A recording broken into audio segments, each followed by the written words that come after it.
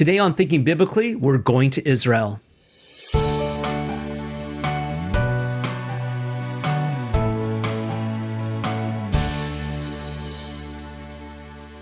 Welcome back to Thinking Biblically, where we seek to connect all Scripture with all of life. And before I introduce this week's guest, I want to remind everybody to please subscribe, comment, review, and share. Well, it's my pleasure to introduce to you Aaron Eime. Aaron is a Bible historian and the Deacon of Christ Church, Jerusalem. He was born in Western Australia in a small farming community, but has lived in Israel for the past 22 years. Aaron studied in the master's program at the Rothberg School at the Hebrew University in Jerusalem with a focus on early Jewish and Christian interpretation of the Bible. He has taught internationally in Europe, Asia, and North America. Aaron is currently a content creator specializing in the Hebraic roots of the Christian faith. Aaron and Michelle have been married for the past 26 years and they have 3 children, the oldest of whom recently has been inducted into the Israel Defense Forces. Thank you so much, Aaron, for being willing to do this with me today. Great to see you again, Alan. Delight to be here. Could you imagine what it would have been like for somebody to show up in your small farming community many years ago and say to you, one day your eldest offspring will be in the Israeli army? What could you like? I couldn't imagine that. Oh my gosh, absolutely not. When I was walking around wheat fields and sheep farms, I didn't think of anything beyond the county. I mean, who knew? I didn't even know it was in the ocean. I lived right next to it. So how does somebody like yourself get from there to where you are now? In 25 words or less. No, you could take a few extra words than that, but how does that happen? Excellent question. And I guess I start by saying I didn't hear the voice of heaven say, Aaron, get thee to Jerusalem. Although I believe in God's providence, absolutely. And I know that he is in control, but I didn't hear that voice saying, this is what you're going to do. Some people do. It's great. Raised in a farming community, very safe way to grow up. A lot of fun. Moved to Queensland to go to university, and as you grow up and learn and start experiencing life, you meet these wonderful, absolute beautiful creatures called women, and I managed to get one. And instead of doing the house, the car, the cat, the kid, the dog, and the white picket fence, which is great, and that's a great thing, I really wanted to travel. I had the travel bug, and so instead of getting married and settling down, Michelle and we got married, and I said, all we're going to have is a backpack, and one pair of jeans, and when the pair of jeans runs out, we'll throw that away and buy another one. And one pair of shoes. We'll take our backpack and we'll go around the world. So before you go down that road, where's faith at in your life by this time? Okay, yeah, I was, like a lot of people, was born into a Christian family. My father is a Lutheran and my mother was an Anglican. And back then, one of them had to convert to one or the other. Back then, that was the way it was all done in the 60s. But we would attend Lutheran church in the morning, and then my mother would take me to an Anglican church in the evening, which was sort of very charismatic Anglican. So my first impression of Anglicans were they were all the Shundalamunda, flag waving guys, and the Lutherans were the staid guys with a prayer book and robes. But my faith then wasn't very dynamic. It was a thing that you did because your parents did it. You accompanied your parents. And that's great too. Put in a good. I learned Bible stories, but it wasn't a personal faith. There wasn't a connection between me and God. And there was no me and the Messiah, me and Jesus. After going to university, I had like a lot of people, a faith drop off, backslidden, whatever you want to call it, wine, women, and song, and all of that in abundance. And I was going past a Baptist church on the way home from university. I was studying psychology and social work. So I was studying, I wanted to fix the world, yes, but I wanted to do it through secular means, which is just Band-Aids. I was walking past this Baptist church and I saw a sign that said creation versus evolution. And being a thinker, I was like, oh yeah, I'll go check out what this is about. I know what my parents believe in. I went to the church and there was a lively debate, but there was this microbiologist who stood up and he gave an incredible presentation on blood clotting, how blood clots when you cut, and just the sheer complexity at the microscopic level, the microbiological level, defies evolution. It is actually incredible. And I remember just sitting there going, oh my gosh, I've been so stupid. So I walked to the book counter and I got out my credit card and I bought every book that was on the table, and I went home. I didn't even make it inside. I just sat on the front porch in the full sun, which in Australia is really hot. And I just opened up my first book. It was called Darwin's Black Box by Michael Behe. And I've never looked back since then. And then that would be my revelation moment. That would be my Mount Sinai moment where God revealed himself and said, Aaron, I'm alive and I've got a very special love for you. And so that's when he became my king. And I've never looked back on that since. Just got my relationship has gotten deeper and deeper and stronger and stronger, and praise the Lord for that. Do you know what it was that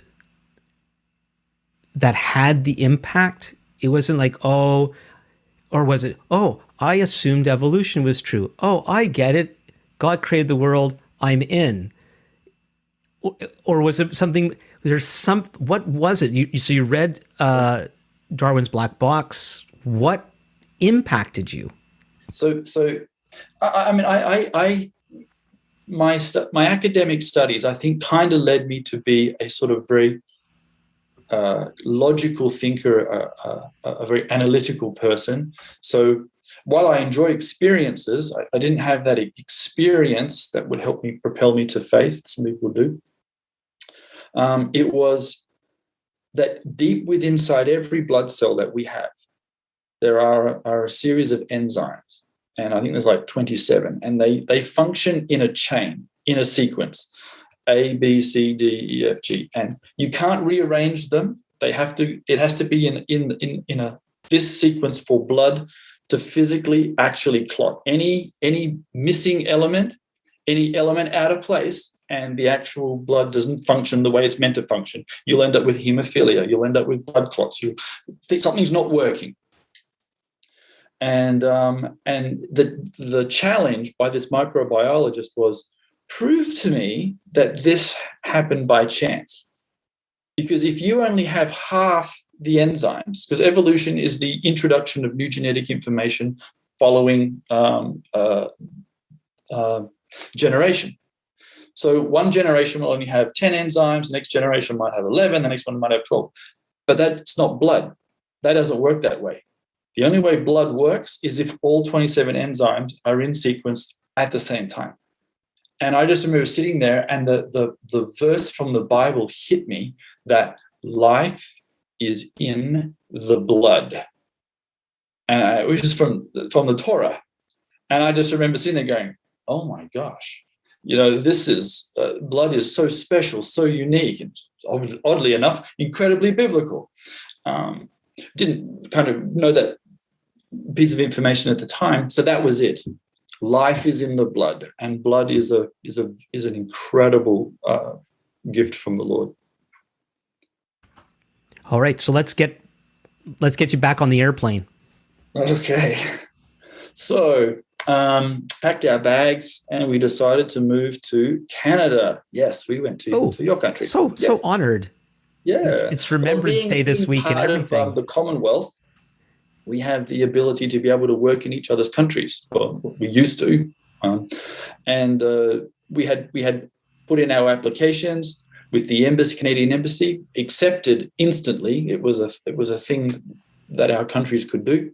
We arrived at the airport, warmly greeted by the customs officials. They stamped our passports, told us exactly what we had to do to open bank accounts and get a SIM card. And so we lived in Vancouver for a year and Calgary for 6 months. These things happen. So many people who watch this are Canadian. We've got some other people, and you just referred to getting a SIN card. So just for you folks who don't know, that's our version of a social security card. It stands for social insurance number. And some of us believers have a hard time calling it a SIN card, but that's another story. And so, yeah, let's go back to Vancouver now. I got one of those mysterious numbers that I needed to pay my taxes with, and so wandering around Canada looking for Vancouver looking for a church. Well, coming from my Lutheran heritage with my parents, I decided that we'll have a look at the local Lutheran church. So we went to Dunbar Evangelical Lutheran Church, rocked up on Sunday morning. And there on the altar was a Canadian flag. That's pretty normal. And on the other side was an Israeli flag. My wife and I are sitting there in the back, trying to be just inconspicuous, want to worship, see what the community's like. Thinking, what is that doing there? Afterwards, went and chatted to the pastor, and he said, well, why don't you come for lunch and I'll explain it.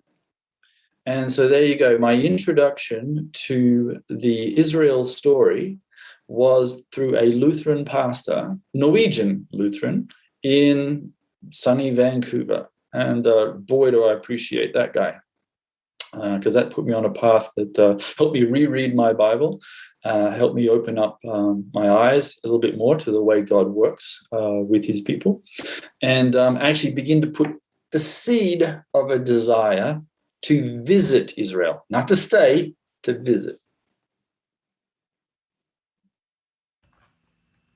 It's gotta, I tend to say oops, but it's not oops. One of the themes I'm hearing, and some aspects of your story I'm hearing for the first time, is you have this affinity for design. And there's something about the design of blood that really spoke to you. And then you encountered the design of God's plan. And that also seemed to really click for you in some way. So then what happened? Wow, that's nicely put, Alan. That's very nice. Well, we sat in under this guy's teaching for 12 months, and I moved to Calgary, where we joined a Brethren church. That was our local church in the area. I didn't feel like crossing, 10 blocks to go to a church. There was one right there. And the Brethrens had this interesting tradition where you'd all have better read the Bible readings for that Sunday, and yet everyone better be prepared to speak. Because they would just say, Brother Aaron, you want to say something about the psalm for the day, and you'd better be ready. Well, that means you better start learning some Bible. And I began to talk about, I guess, initially what I thought was the role of Israel, but from a very, not naive, but young, ill-informed. How's that? I tried. And the community liked it. They said, we haven't kind of thought about that way before. So it was nice. And oddly enough, when I actually went to Hebrew University, was that Brethren church that paid my food bill for 3 years. So God continues to help me meet interesting people along the way and form friendships. And I still have very good friendships with members of that community. And every time I'm in Calgary, I'll go and stay with them. Every single time. Well, keep going. Okay, so finishing our time in Canada, it was time to go visit the that land that's a little bit south of you, rather large place, and we ended up getting to most states and visiting all kinds of churches, Black Methodist, Pentecostal, Baptists. I mean, I was opened up to a whole gambit of different types of traditions, different ways of reading the Bible, different ways of viewing things. And I really enjoyed it. When I got to, we're making our way towards England, which we were allowed to work in England as well.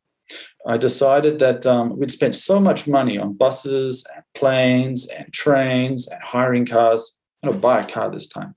So got to England. The very first thing I did when I got off the plane was I walked to the information counter, looked at the lady and said, "Hi, how do you buy a car in this country?" She sort of looked at me and went, "Wow, normally people ask me where's the nearest hotel or how do I find the train into London? Here's what you do." She gave me a thing called The Loot. This is a newspaper, but it had vehicles for sale. So promptly went down to a place called Earl's Court, where all the Australians hang out and the Antipodeans. And Michelle and I bought a 1973 VW Rust Bucket camper van. And we drove that camper van all over England, Ireland, Scotland, and Wales, settled down in the Cotswolds to work in a 19-bedroom manor house in Bybury. Very interesting experiences. Moved into London to work for the Moreland Brewery and run a pub, which in Australia is not a bad thing. In some North American audiences, that seems to be a bad thing. However, by this stage, our faith was very on fire. And one of the interesting things rules they have in England is at 11 o'clock, you have to literally close the pub and kick everybody out. If you're the landlord, you can lock the door, put the blinds down, and it's called a shut-in, where you will allow the patrons to have one or two more drinks. So what I would do is I would say, "Guys, you want a shut-in?" It'd be like 5 or 6 people. And they'd say, "Yeah." I'd say, "Okay, but here's the rule. I get to talk about Jesus." And by this stage, they've had a few, so they didn't care. So I had a really good time evangelizing my little Lonely Hearts Club there at 11 o'clock in the evening in London. And the church that Michelle and I were going to was Holy Trinity Brompton, which is a very Anglican, charismatic Anglican movement.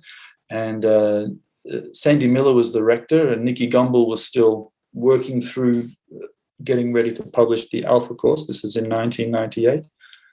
When we had finished our contract, we decided to go on an exploration of Europe. So we drove our little camper van from London. We drove it all the way down to Morocco and then back up into Spain. We drove it all the way to Austria and Germany. We met some friends who had done a teen challenge mission in Kazakhstan. And we picked them up at the airport in Vienna. And they said, "Listen, our mother is a volunteer in Israel. Is it okay if we drive to go and see her?" "Yeah, we'd love to go to Israel. We've always wanted to. We've got a little affinity now for God's plan and purposes. We'll go there and see what she's doing." So we drove to Israel. We're not intending to stay. When we hopped on the ferry from Greece, which you take a ferry from Greece to Rhodes, Cyprus, and into the port of Haifa, we were fully expecting to, have the car ripped apart looking for drugs or bombs or something. I mean, this is Israel. It's kind of expecting in our minds that sort of an armed camp is what we were going to encounter. Instead, we drove off the ferry into Haifa. The security guard came over and he looked at us and he looked at our vehicle and he said, "What's the purpose of bringing the car into Israel?" And I was so struck by the question, I just said, "To drive it." He goes, "I don't know whether we're supposed to sell it or I don't know." He goes, "Okay, go over there and fill out some paperwork, get your permission to drive in Israel," or whatever it was. I went and did that. They stuck a camera under the car, put a dog around it looking for drugs. We don't do that kind of stuff. Let us in. It was that simple. It was that welcoming and that simple. Unbelievable. So we found this guy's mother, and she was a volunteer at a place called Stella Carmel up near Haifa, which is attached to CMJ. We didn't know that at the time. We just visited and went for a little trip down to the Dead Sea, where we camped for 3 days. And the Dead Sea is an amazing place, lowest point on the earth, where you can still stand and above and breathe. And everyone floats and bobs. But in the evening, when all the tourists leave and hop in the tour buses and go back to their hotels, all these Bedouin and Arab communities almost like spontaneously generate out of the rock in these large family groups of 30, 40, 50, and big family groups. And they're all along the shore, and they start cooking and having barbecues. And in the Middle East, hospitality is a really big deal, both for Jewish and Arab peoples. In fact, all peoples, Assyrians and Armenians. So we were invited to eat with this family. Couldn't understand Arabic, couldn't communicate, but food was the language. So they cooked an amazing dish. We ate, I don't know what it was, some obscure animal. And in the morning, we got very, very sick. We had what we called the Great White Throne Judgment. You heard of that one? Yes. You have to be somewhere close to a Great White Throne at all times. Yes. Wow. Anyway, so we needed a place to recover. Back then, we were using books. I see you've got them in your back shelf. We had the Lonely Planets Guidebook to Israel, and we flipped through our Lonely Planets Guidebook looking for a safe place to go. And we ended up going to Christchurch because there was an advert, Christchurch, Jerusalem, and nice gardens, clean toilets was its little 3-line blurb. So we drove our little beat-up camper van. So are you saying you ended up there because of the toilets? Yeah. Uh-huh. And we got to... This should go into a promo brochure. Well, it did. It actually did. Yeah. Okay. Yeah. Continue. The way God can actually speak to you.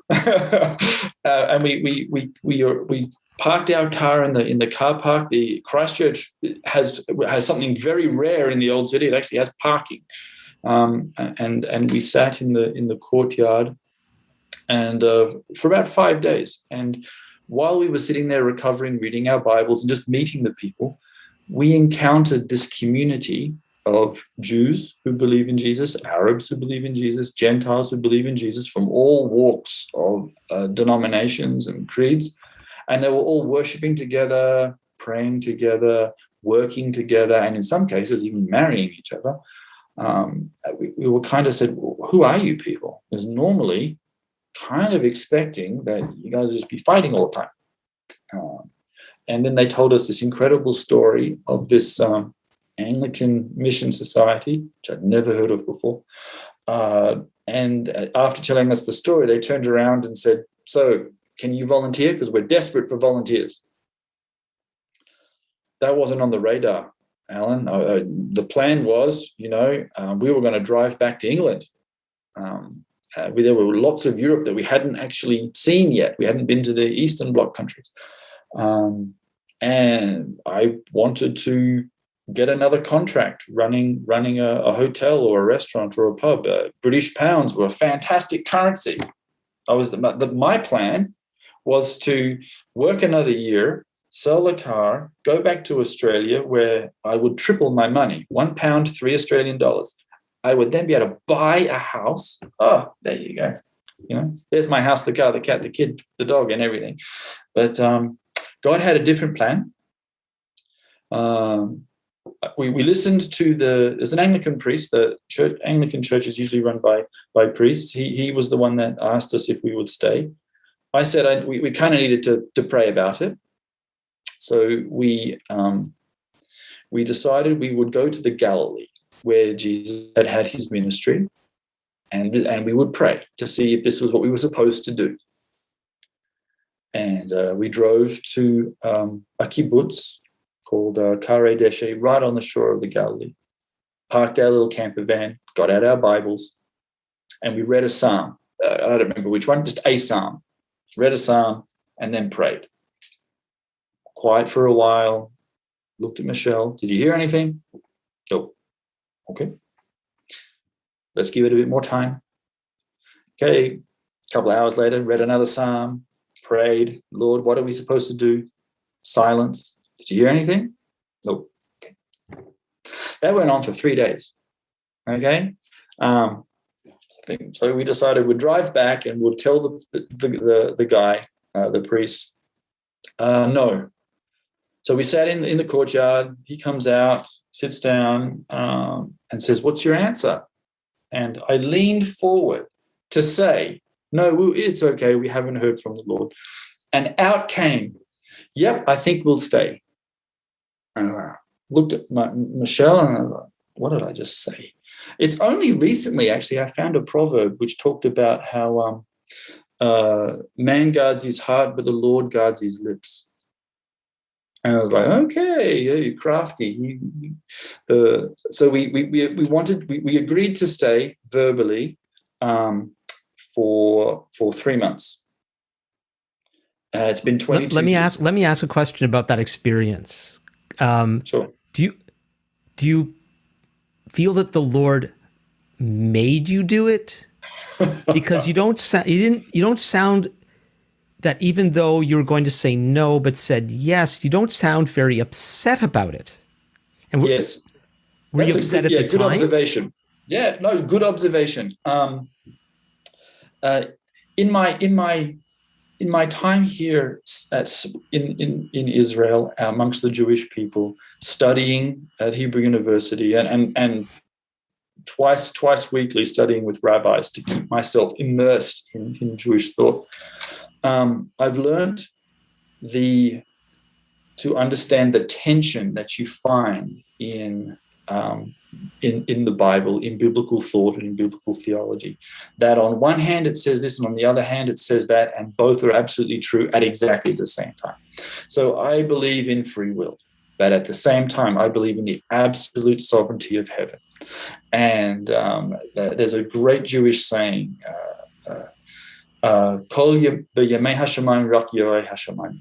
everything is in the hands of heaven except the fear of heaven. And so did the Lord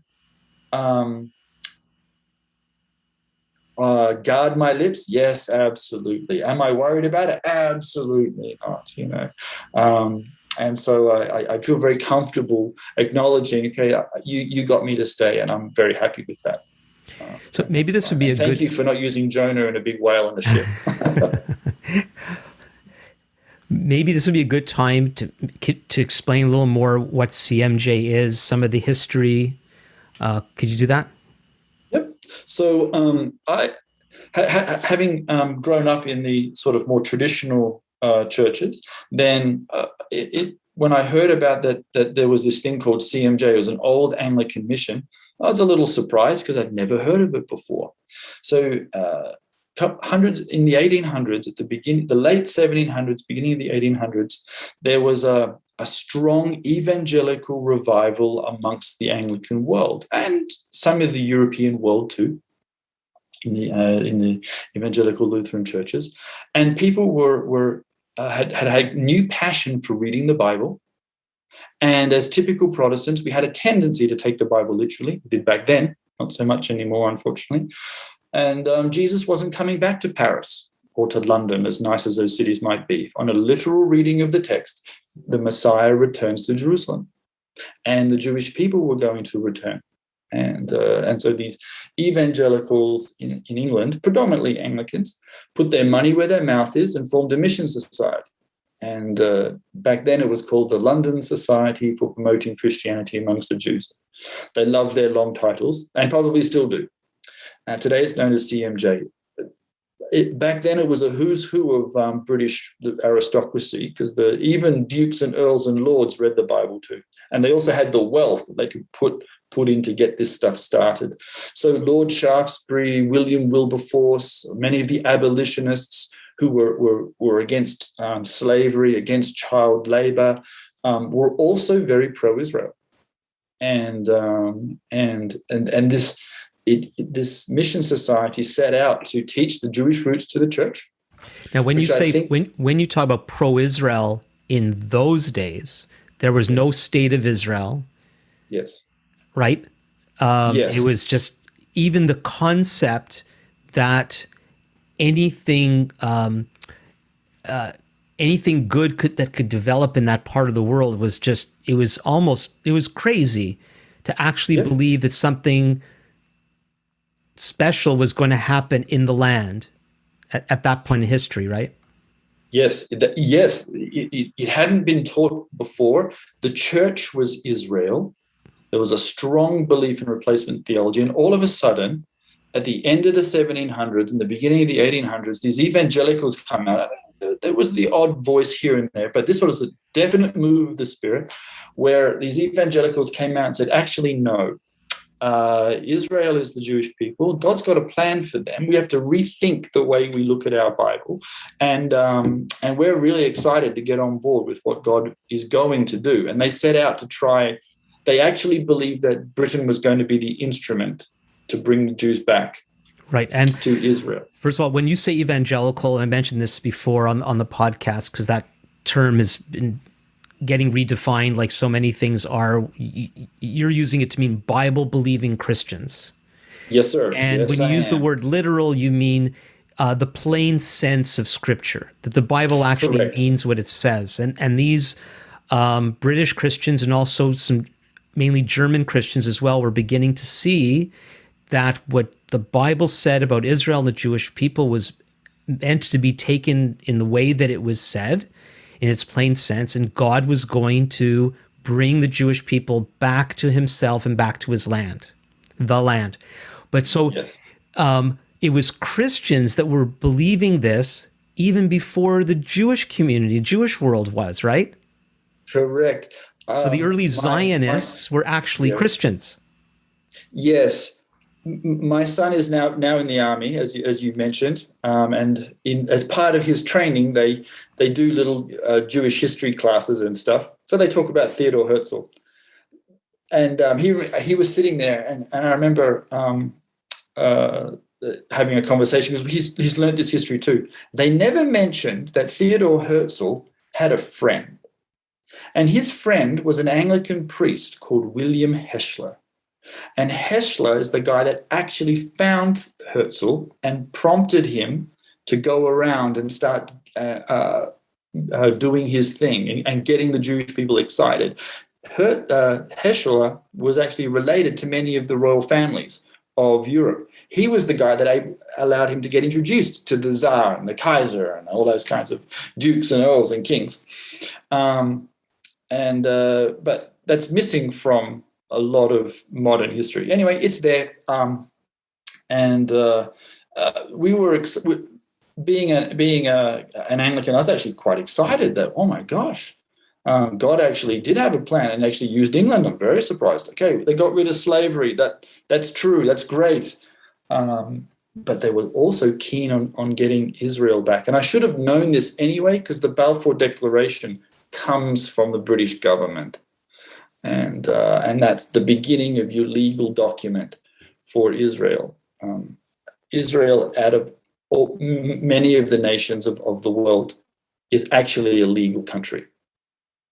It has all the paperwork to be a legal nation. Most of the world's countries have no such thing, but this one does. So here are these evangelical, Bible-believing Anglicans and Lutherans. They combined together. Can you believe that? They actually got together. It was, before World War I. And they sent their teams to wherever there were Jewish people. They sent up hospitals and schools and Bible translation societies and things. And they came to Israel in 1822, and they built the first Protestant church in the Middle East, which is Christ Church. They built the first school for girls in the entire Middle East. They built the first modern hospital in Jerusalem, and they helped fight back the plague, which was very prevalent in the 1850s. They developed the first agricultural stations outside the walls of the Old City. In fact, the first three buildings outside the walls of the Old City of Jerusalem are built by the Anglican mission. They sort of pioneered and led the way. And that story, I guess, really inspired me to say, okay, well, I stand on the shoulders of giants. These guys need some help. You got it. I'm going to help you guys. I didn't think I'd be helping for so long, but I am still here. So through the years, you've had various roles in this incredible oasis in the old city. And full disclosure, I led a tour to Israel a few years ago, and it was with Shoresh Tours, which is the tour arm of CMJ Israel, headquartered at the complex at Christchurch. And those of you that have gone to Israel before, if you've never been to Christchurch, you got to go, and you got to check this place out, because it is very, very special. You never know. You might just go to visit there and end up staying for 22 years. You never know. So why don't you share some of the things that you've done and eventually and bring us to the present about what your role is currently? Sure. First thing I did, my very first job is I had to literally pull out all the piping of the male bathrooms, which were blocked, and scrape everything with a knife. Okay, that took me about 8 hours, and after I completed that task, one of the other volunteers came over and said, "Aaron, if you can do this, man, you can do anything." None of us wanted to do that. Is there going to be a toilet theme that just keeps on following something? you? I think, yeah. When I get to heaven, God's going to give me a brush and go, "You know what to do, son." So, thank you, Lord. So I after doing that for a while, Shoresh needed some assistance. And so I went to volunteer with Shoresh, and I began helping out with the tours that were around. And I learned a lot about the land and how geography is, theology, and I've been quite excited listening to Israeli tour guides, Jewish believing tour guides, share as they were guiding. Then the Intifada started, the second one, and everybody left. So there were no tourists. So we're about year 2000, right? Yeah, 2000, 2001, I think. 2001, when Ariel Sharon went on the mountain, and they say that set them all off. That's actually not true. Having lived in Israel, you suddenly discover that very, very little happens like random like that. We all knew exactly when it was going to start. In fact, I walked down to the Western Wall and I watched it start. Everyone knew exactly when this was going to begin. Anyway, the point is, the work of Christchurch, which was heavily dependent on tourism to fund itself, because Jewish ministry isn't very well favored amongst the church and very, very poorly supported. That's actually just true. And so I thought that perhaps it was time for me to go back to Australia or to Canada or to England or somewhere. And David Pileggi, who's now the rector of Christchurch, said, "No, don't go. You should go to Hebrew University." And do what? My first degree is in psychology and social work. I don't have any background in religion. I don't speak Hebrew. I haven't learned that language yet. Well, I went to Hebrew University, and I'm also poor. I've got no money. I've spent all my money paying my own way here as a volunteer. I went to Hebrew University. I applied for a scholarship. Didn't expect to get one. I didn't even expect to get enrolled. But I have a suspicion they were a bit short of students. And I actually got a full scholarship, was enrolled in the Rothberg program, put into Ulpan Hebrew classes so that I could learn Hebrew, because you had to do your last classes in Hebrew to get the degree. I discovered I fell in love with. I was actually quite good at actually academia, which is a bit of a surprise for me. I guess because when I was young and silly, I didn't apply myself at Queensland University. So my first degree, all my grades are terrible. I don't even know why I passed. But at Hebrew University, it's very good. And I did more classes than I should have. It was a 2-year degree, and I took 3.5 because I just didn't want to leave. I just wanted more. The professors were great. The access to the resources, the library was fantastic. And I took any class I could think of that could show me the connections between the Jewish roots of the Christian faith, anything like that. How did Jews read the Bible, particularly when we didn't have a Bible? So my course structure is sort of dedicated between the years 300 and 300.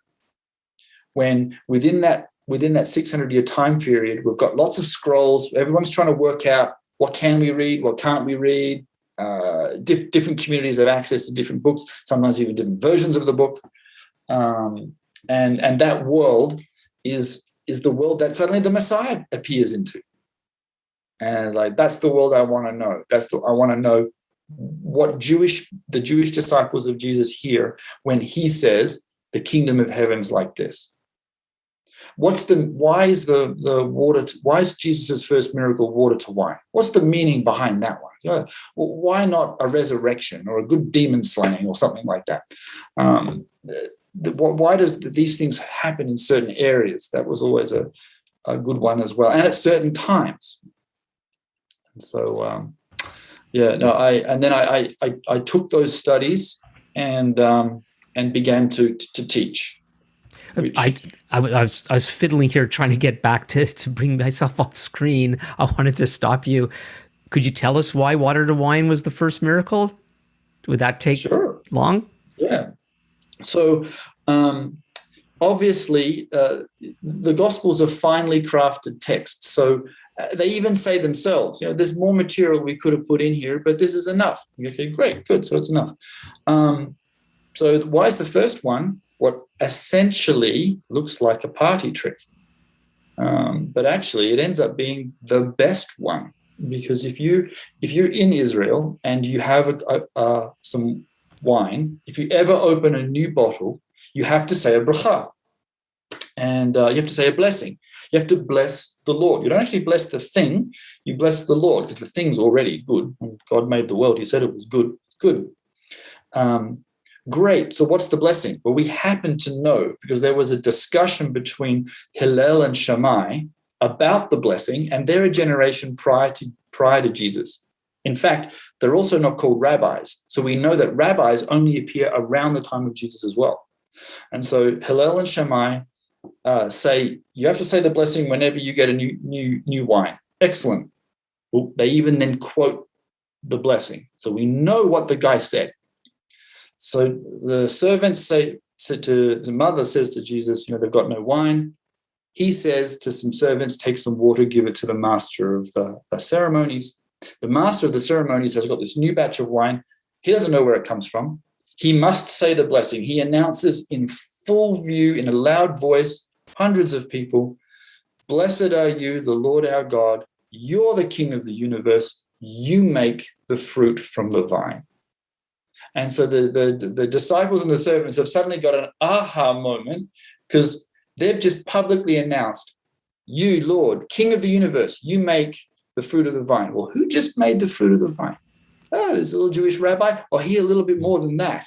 Wow. So the first announcement is a very Jewish way. Yeah, and it says it was the disciples that knew. Yeah. No, the servants knew. Right. Yes. Okay. Mm-hmm. And that says, I actually hadn't heard that before. That's kind of like an ooh, ah. Thanks for that. So the first miracle is Yeshua, in a very Jewish way, telling you who he is. Because if he had just walked into a synagogue and said, Aaron, I'm God, we will sort of sit there and go, oh my word, Mary, can we talk to you? Because your son, I think, has been sitting in the sun a little too long. But he does say who he is very openly, but in a very Jewish way. And suddenly the gospel, suddenly the New Testament just abounds with life, with every word making more meaning, telling me how to be a better disciple. Right. So you did your studies, and then what happened? After I finished my studies, I had to physically leave the country. because of the visa issue that everybody has when they arrive. So I actually went to America, and I put my studies into practice. I became a teaching pastor at an evangelical Presbyterian church in Denver, Colorado. And while I was there teaching, I a lot of friends who were Presbyterians, but it wasn't really my style. I was, by this stage, I was a bit more liturgical in nature because the synagogue's quite liturgical. I used to go to synagogue to improve my Hebrew when I was at Hebrew University. Anglican churches, Lutheran churches also have prayer books, very much modeled on the Siddur, on the Jewish prayer book, if they actually admit it. So I was more comfortable in that way. So I got in contact with a bishop, the Bishop of Bolivia. I was introduced to him, and we would Skype regularly, and I put myself down as a candidate for ordination. And so after about 8 months discernment, or what they call formation, where he checks your studies and asks you to do some more studies and stuff like that, I was ordained as a deacon in the Anglican church, and then sent back to Christchurch to serve as the deacon. So now we're in the year 2008, and deacon in the Anglican church is different from like deacons in Baptist churches, sure, right? yeah, Do you want to explain what it means to be an Anglican deacon, just so people know? Okay, so in the Anglican tradition, they will say that there are four ministers of the word: lay people, deacons, priests, and bishops. So the first and foremost are actually the laity. And then a deacon is an ordained position. So it's a position that you're called to. You study for your various ways of being formed into a deacon, and it's vows before the Lord to serve in a certain way. And so you acknowledge both temporal and spiritual authority. So obviously Yeshua, Jesus, he's the king, yes, but there's a hierarchy. There are bishops and priests, and they sort of tell you what to do. So my ordination certificate is actually in Spanish, even though I don't actually speak Spanish. And the Bishop of Bolivia sent me back to Jerusalem, which is because you discuss where you want to go, obviously. Yeah, I was wondering if that was another one against your will. No, not at all. That was it was like the only way that I was going to get ordained was so I could go back and serve. By this stage, I kind of knew that this is where I was supposed to be. We had begun to have children here. My son was born in a small town not too far from where I am right now, Bethlehem. Don't know if you've heard of it. Mm-hmm. And that's why we called him Micah, because of the prophet Micah that had prophesied that the Messiah would come from Bethlehem. Yeah, all your kids were born there, right? All our kids were born there. Our son in Bethlehem and the two daughters in Jerusalem. So what's it like to be in a sense an outsider living in the land for so long, where you're living in a land where ethnic identity, especially Jews and Arabs, is so strong and so attached to the region, and an Australian couple now having all their kids born there? What's that like? And you'll have to touch on what it meant to have your son join the IDF. So, because everyone knows their family backgrounds here very well, and the Middle East has a very long memory. I'm not Jewish, I'm not an Arab, I'm not one of the other groups of people here in the land. I'm a foreigner, a Gentile. And the stranger, the ger. But at the same time, that means I don't have to hide anything. As soon as I leave my house, every one of my neighbors knows there's the Christian. They know that. So how do I show that I'm a Christian? I just have to leave my front door. When I'm in Canada, when I leave my front door, how does anyone know I'm a follower of the Messiah? I mean, it's actually harder to be a follower of the Messiah and display it in Canada than it is here. All I got to do is leave the front door, and I'm on display.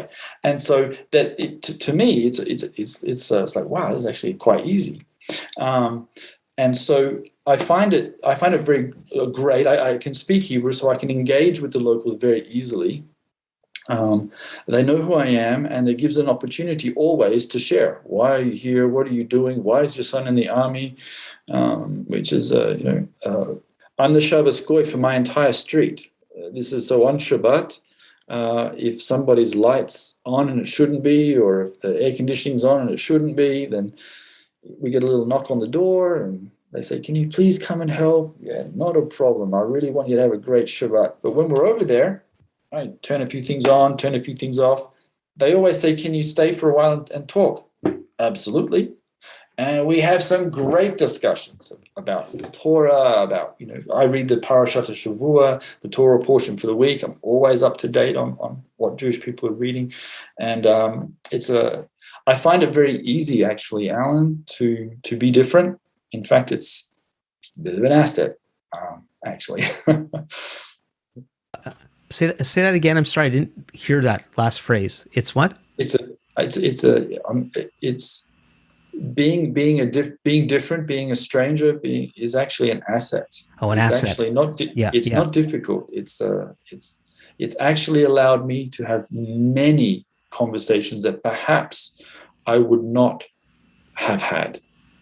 So for Jewish people to meet a Messianic, although it's been changing, oh my gosh, it's completely changed since I first came here. There might have been a reticence to engage. There might have been a sort of a fear and a bit of a, well, you're a betrayer, what are you doing? Now it's becoming less and less that way, and there's a bit more of opportunities for Israelis to engage. We see this at Christchurch all the time. Did you and Michelle have any apprehensions about Micah joining the army? Well, like any parent that has their kids go to the army, it's a little different from other armies. One, it's a conscription, so everybody's got to go. But two, it's an army that constantly fights. My son's been training for 7 months now, and he's already conducted one mission. And I was a bit surprised when I heard that. It's like, what do you mean you went on a mission? You're not even fully trained yet. You've got another. He joined the special forces, so he's got to do even an extra year than everybody else. And so your prayer life goes up a bit. I will say that one, Alan. You're constantly remembering, may the angels protect our kids. But there's also a little hint of where Daddy's proud. Well done, son. It's a good witness. They know that you're a believer. When he did his swearing in ceremony at the wall, they gave him his gun and his New Testament. And then when he swears, he says, "Are you going to use these to defend Israel?" And he says, "Yes, I swear." And he's like, I can do that. I'll defend you with this, and I'll defend you with that. This Bible's a better weapon than the other one, but I'll defend them with both. Oh, that's wonderful. How would you, in just the last couple of minutes we have together, when you have an opportunity to share with Christians God's heart for Israel and the Jewish people, what do you want them to know? I want people to know that God is not utilitarian. He doesn't use people once and then throw them away. Wow. But that's the way some theology goes around. Oh yeah, God chose the Jews, but we're done now. It's like, no, if that's true, if that's the way God behaves, then man, your calling had better be careful too, because he could just as easily throw you away. And that is so not true. God's promises are yes and amen. When he says something, he follows it through right to the very end. And that's actually for me and for many people through history, what's the proof that God keeps his promises? The Jewish people. Right. I can't remember the incident, but there was a king who asked one of his advisors, prove to me that God exists in one word. And he went, sure, the Jews. Yeah. Yeah, so God's continued faithfulness to the Jewish people, which sadly much of the church throughout church history has not only misunderstood, but rejected. I don't think I ever heard anybody put it the way you just did. God's not utilitarian. He doesn't use somebody once and then throws them out. And yet, and I kind of felt on behalf of people that think that way, I kind of felt the ouch of your saying that. But that's really what it comes down to. And and you might have something to say about this as well. But there are people that have what they think is a positive view towards the people of Israel, and yet see them as like an end times device to bring about God's purposes, and in my opinion, miss that we're dealing with real people that God actually loves and cares about. Did you want to comment on that for a second? We get the same concerns here when we engage with Israelis, and we do. 30 to 40,000 Israelis every year through Christchurch. They will say, "Oh, you only like us because you want to bring the Messiah." And then we turn around and go, "So if that's true, why do we build hospitals? Why do we build schools? Why do we help you grow and build kibbutzim and expand in architecture and stuff?" No, we're actually just as passionate about you as God is. And that includes all aspects of who you are: your health, your education, your theology, the Messiah, everything. So why do 30 to 40,000 Israelis visit Christchurch every year? Because if you're Israeli and you're doing a tour of the old city or the tour of Jerusalem, and your guide will say, "Look, here's some Byzantine, here's a Turkish ruin, here's King David's, Solomon's walls, Hezekiah, etc., etc." Just before you continue, like, it might be surprising for people to hear that Israelis do tours of Israel, but Israelis don't live in the biblical sites necessarily, and they're living their lives just like everybody else and going to movies and nightclubs and family, and a lot of them don't really know the history, just like we don't in our own places. So continue on. So they're on these tours. Yeah, guys from Tel Aviv will come to Jerusalem, and as they're doing a historical tour of their city, and when they get to when the guide is saying, "Well, now we better talk about the 1800s and how our city actually became the city we're looking at today." Well, you have to talk about the Protestants arriving and kickstarting everything, and there's only one place to go. And so they come to Christchurch and they get a story of the Protestants arriving in the 1800s, building the hospitals and schools, starting infrastructure, building a consulate, and et cetera, et cetera. And at the same time, encountering these people called the Messianic Jews. Who were they? What did they believe?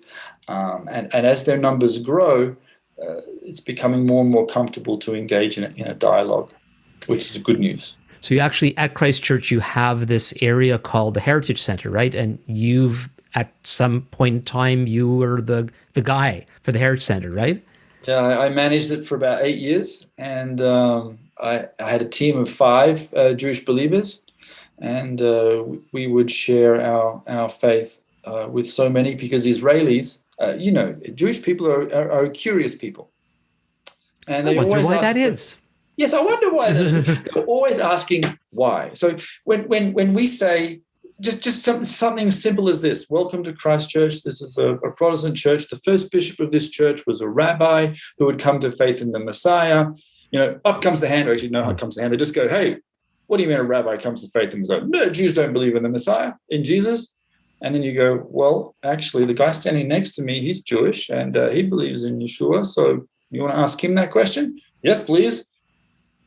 My work here is done." It's so the Heritage Center, and I've been given the tour. You weren't the manager at the time when I was there, but it has these models of ancient Jerusalem and packed of information of those early days. And so, folks, if you do get a chance to visit Jerusalem, you need to go visit Christchurch. There's a great coffee shop on site. You can attend a service there. It's the most Jewishy Christian church building in the world, probably. It's really different, as well as being this incredible oasis in the city. So if people want to get in touch with you, what's the best way to do that, Aaron? To be in touch with me, you can send an email. The email is that described in the link down the bottom? It will be. Okay. There is also a CMJ Canada.